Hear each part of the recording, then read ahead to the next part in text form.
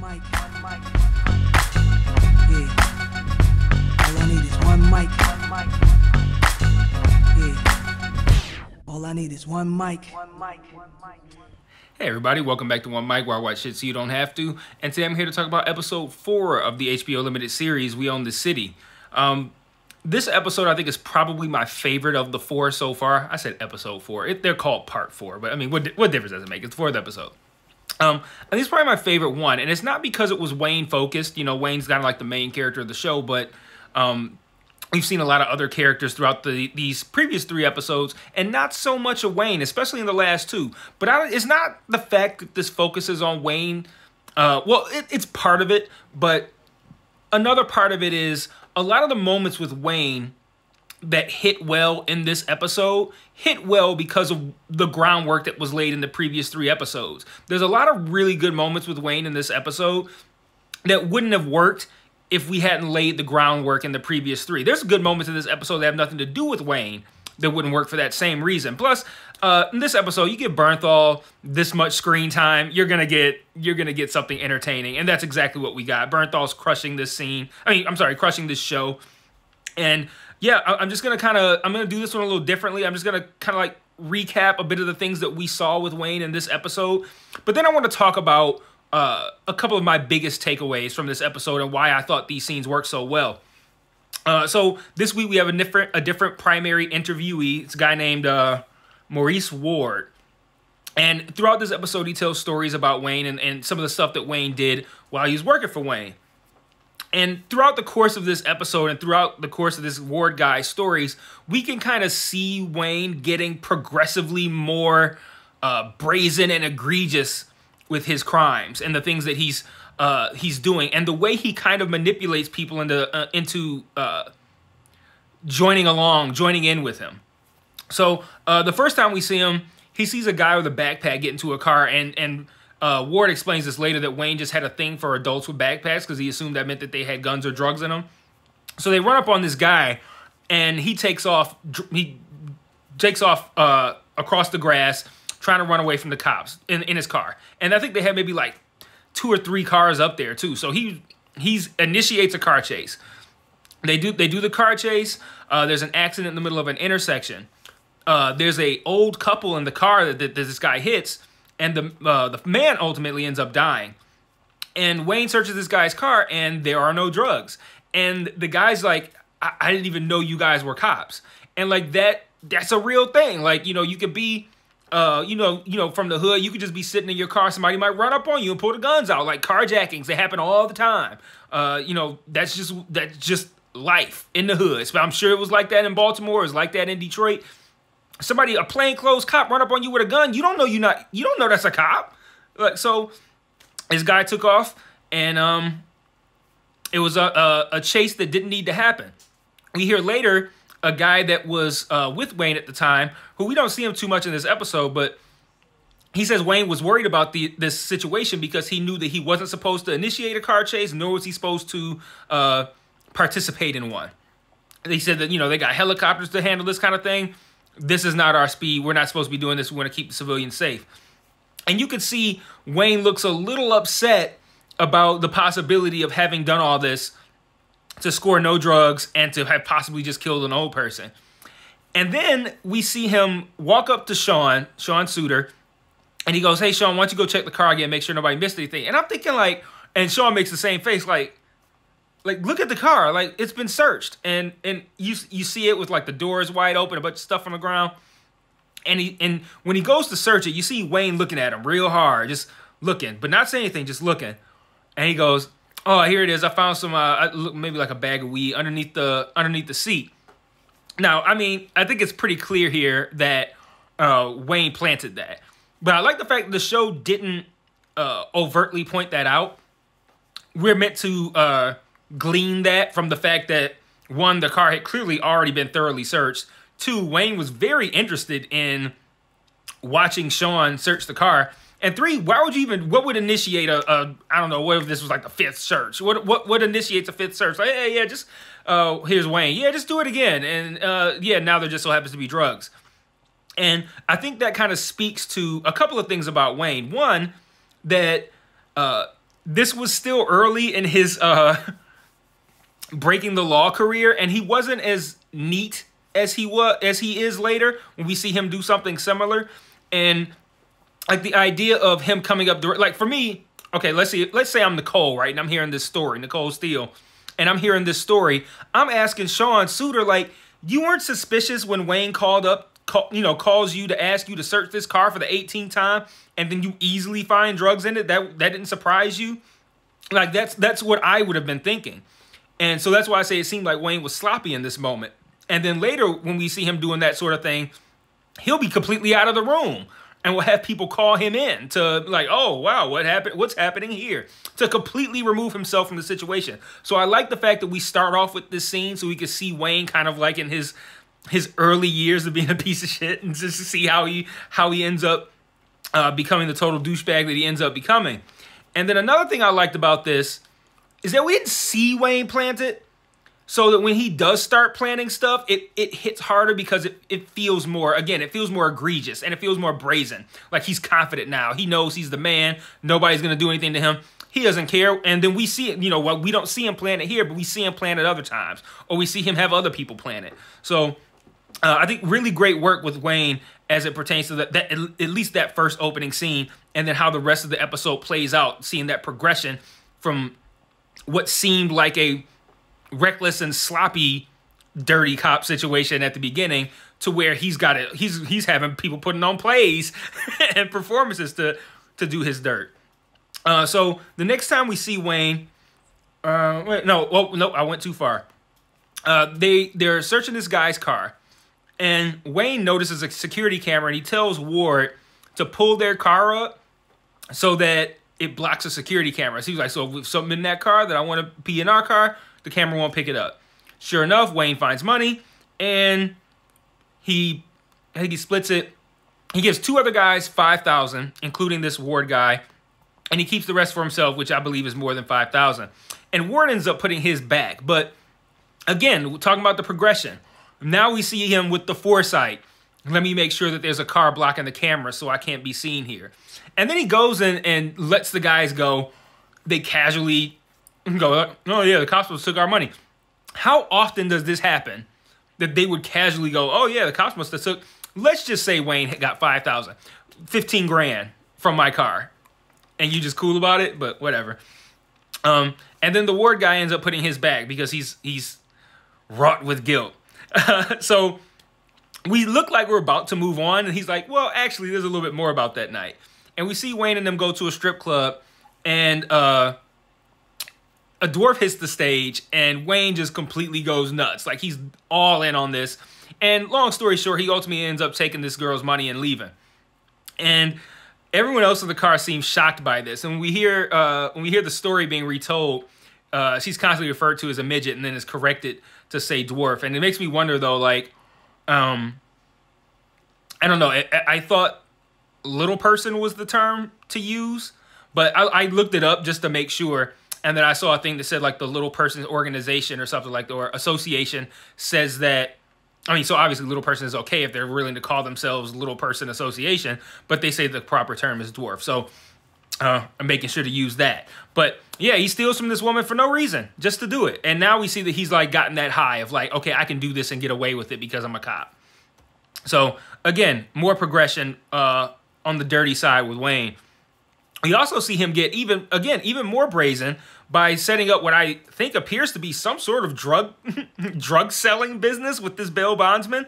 We don't know where it's going to go yet. Last time we see them, Wayne drops off pills that some kids tried to loot from a Rite Aid. And it looked like he was going to take them back in, but maybe he was just closing the door. And yeah, he takes all these pills up. Apparently it's Oxy. I think guy says like $20 a pill, and they've got a whole lot of bottles. So there's a whole lot of money there. But that seems to be what Wayne has on his mind next. So the next time we see Wayne, we hear the results. We hear the aftermath of him hitting somebody with his car. He says that this dude pulled a gun on him, and so that's when he hit him with his car. And now they're looking for the gun. No one can find the gun.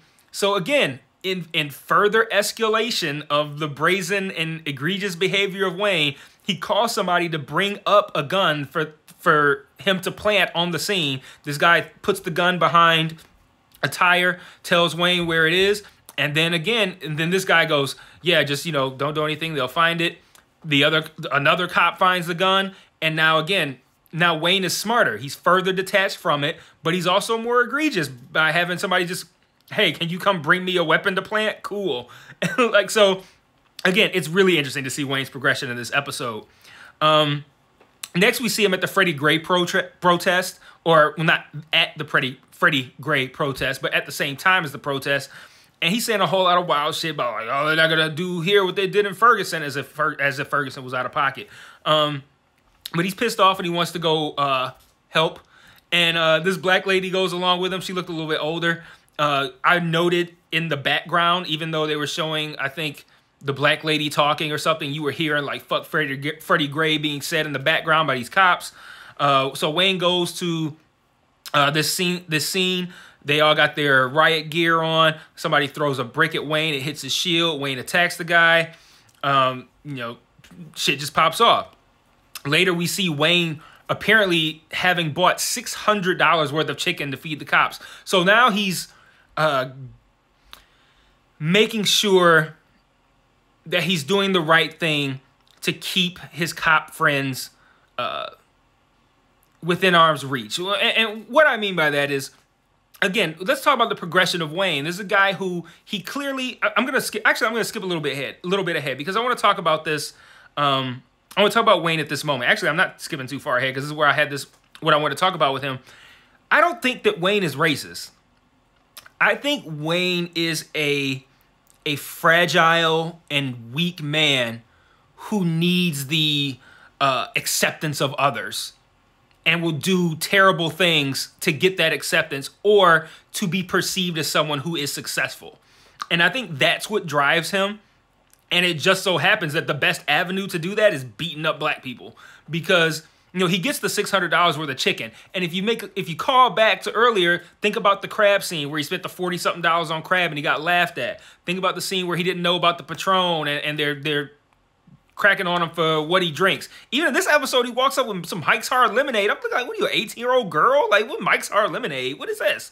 But he's walking up with that stuff. But now he's buying the Freddie Gray protest. He's spending $600 on chicken. So, like, this constant berating from his peers, and he yearns for their affection so much and their respect that being crapped on for, small crabs or cheap liquor has that kind of effect on him to where he's willing to do these kinds of crimes and escalate and escalate and escalate, but get smarter with it by removing himself from the immediate vicinity as often as he can so he can go turn around, steal all this money, make all this money, and then he uses it to buy chicken for his friends. Like, so it's like, to me, it's like, I thought he was a racist piece of shit, but now I don't think he is. I think he's just a weak man, like a very fragile masculinity, yearns for the acceptance of others, the adoration of others, the respect of others, cares way too much about what other people think. It couldn't be me. But once he finds out that the cops that are involved in the Freddie Gray murder have been hit with murder charges, he goes nuts. And you can even kind of see a couple of the black guys looking a little bit concerned, but not concerned enough. And I think this speaks to the dynamic of law enforcement, that you could have a situation that's pretty obvious that they did the wrong thing. Like the cops who had Freddie Gray in the back of that paddy wagon knew what they were doing. But for some reason, and this still happens, the cops always react like they're the ones who are being wronged. Like, how dare we be chastised for killing off black people? Like, that's our job. Like, we supposed to be able to kill black people. Now we getting in trouble for it? How dare they? That's the attitude that Wayne had. And I don't think it was a black people thing, a white people thing. I think it really is, these are the people whose respect I desire, who I want to like me, and now they are under fire. They are under pressure. They are being scrutinized. They are being trash talked in the media. So now I got to come to their defense so that way I look like a good guy in their eyes, that they make them like me. And it's not about what's right or what's wrong. It's about feeding into Wayne's ego, or stroking his ego, I should say. Actually, that's a better term. stroking his ego by making sure that other people like him and respect him. And it's really sad to see, you know, he's sitting at a table with 3 black guys talking like he's talking to white guys. And that's what's crazy about this fraternity of law enforcement, that they can sit there, even you, like I feel like if you were the actual people that were portrayed in that scene, the 3 black guys, you should be ashamed of yourself. Like, you sat there and listened to him say that and said nothing because you prioritize your job, like you identify with being a police officer more than you identify with who you are as a person and who you are as a man. You're that much of a coward that you're going to sit there and say nothing while this guy tries to make it seem like the cops were justified in killing your people because of what they look like. You sit there like a coward and say nothing. Those guys should be ashamed of themselves.